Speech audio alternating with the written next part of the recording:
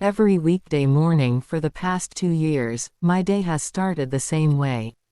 I wake up at 6:15 a.m., throw on whatever clothes are clean enough, grab my laptop bag, and head out the door by 6:45. By 7:05 I'm standing in front of Brewhaven, a tiny independent coffee shop tucked between a dry cleaner and a boutique gym on Maple Street. It's nothing fancy, just exposed brick walls, a few mismatched wooden tables, and the constant hiss of the espresso machine, but they make the best dark roast in the city, and their almond croissants are legitimately addictive. The place is small, maybe 400 square feet total, so even 5 or 6 people in line feels like a crowd. Most of us are regulars, the woman in scrubs who's always scrolling through patient charts on her phone, the older guy with the newspaper who orders the same large black coffee every day, the 2 tech bros who argue about crypto while waiting. We all know the unspoken rules. You wait your turn. You don't hold up the line.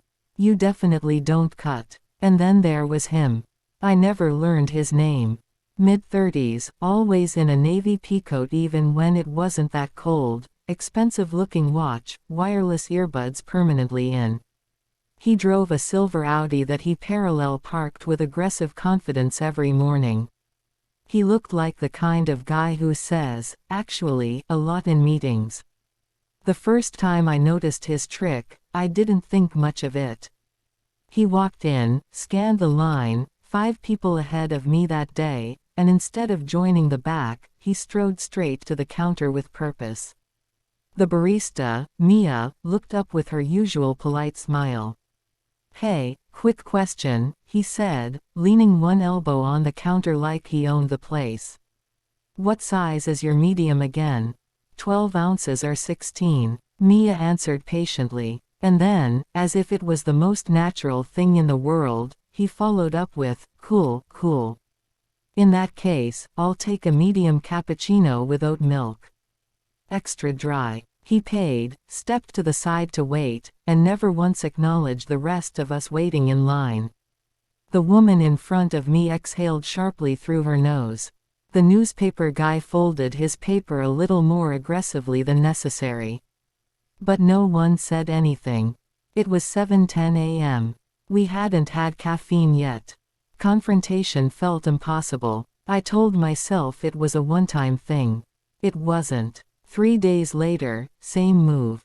This time he asked whether they had any gluten-free pastries for a colleague. Then ordered his usual cappuccino.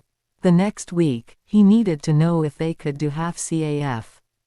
Then ordered full CAF anyway. I started keeping count. 4 times. 4 separate occasions I personally witnessed. And I wasn't even there every day. It wasn't the time he saved, maybe 3 or 4 minutes at most. It was the principle, the quiet arrogance of it. The way he never made eye contact with anyone in line, like we were furniture. Like our time didn't matter. I'm not normally a petty person. I let people merge in traffic. I don't send food back at restaurants. But something about this guy got under my skin. Maybe it was because mornings are already hard enough. Maybe it was because I was in the middle of a rough patch at work and needed somewhere to direct my frustration. Or maybe I just hate line cutters with a passion that borders on irrational. Whatever the reason, one Tuesday morning, I decided I'd had enough. He walked in at 7:08, same as always. Navy coat, earbuds in, scanning the line. There were 6 people ahead of me. I saw the telltale shift in his posture, shoulders back, purposeful stride, and I knew what was coming. The second he started moving toward the counter, I stepped out of line and beat him there by half a step.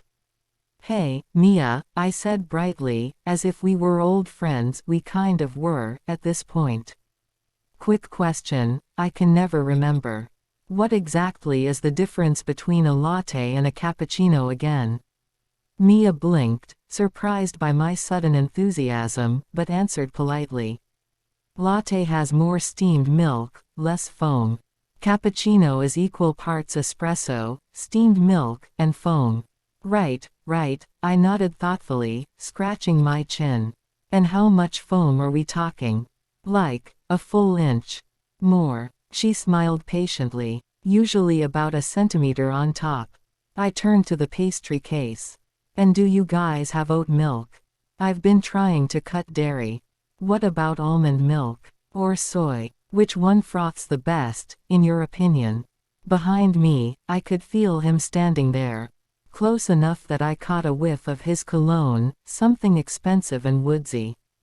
He shifted his weight, cleared his throat. Mia answered each question kindly, explaining the pros and cons of each milk alternative. I nodded along, asking follow-ups. Does oat milk ever separate in hot coffee? Is the almond milk sweetened or unsweetened? How's the new coconut milk holding up? 5 full minutes passed. Finally, I stepped back and said, you know what? This is a lot to think about. I'm going to get back in line and decide. Thanks so much, Mia. I returned to my original spot. The woman in scrubs gave me the tiniest nod of approval. Newspaper guy actually smirked. Line cutter guy stood there for a second, looking confused, like his script had been rewritten without warning. Then he reluctantly joined the back of the line, directly behind me. Victory tasted better than coffee that morning. But one round wasn't enough. I wanted him to learn. The next day, he tried again. Same move. I intercepted immediately. This time I went deeper into the pastry selection. Tell me about the chocolate croissant. Is the chocolate inside dark or milk? What's in the ham and cheese one? Is the cheese Gruyere? Do you warm them up in the oven or the microwave? Can you describe the texture difference between the butter croissant and the almond one? I must have spent 8 minutes. Mia, bless her, played along perfectly. When I finally said, I'll think about it, and returned to the line, I caught line cutter guy glaring at the menu board like it had personally offended him. Day 3, he hesitated at the door. Scanned the line, saw me watching him. For a moment, I thought he might actually join the back normally. But no, old habits die hard. He started toward the counter. I was ready. This time I asked about brewing methods. How long do you steep the cold brew? What's the bean origin on the house dark roast this week? Do you ever do pour-overs here, or just espresso drinks? I even asked about sustainability. Are the cups compostable? Where do you source your beans? Do you have any fair trade options? 10 minutes. A new personal record. By now, the other regulars were quietly enjoying the show. The tech bros had stopped arguing about crypto. Newspaper guy was openly grinning behind his paper. Line cutter guy ended up 3 spots behind me. I heard him mutter something under his breath, couldn't catch it, but the tone was clear. Day 4, he walked in and immediately got in line without trying anything. I almost felt disappointed. But then, halfway through the wait, he started edging forward again, like he was testing the waters. Nope. I stepped out instantly. Mia, I've been meaning to ask, what's the caffeine content difference between the dark roast and the medium? We had a lovely 5-minute discussion about caffeine extraction and roast levels. He stayed in line after that. By the end of the week, something remarkable happened.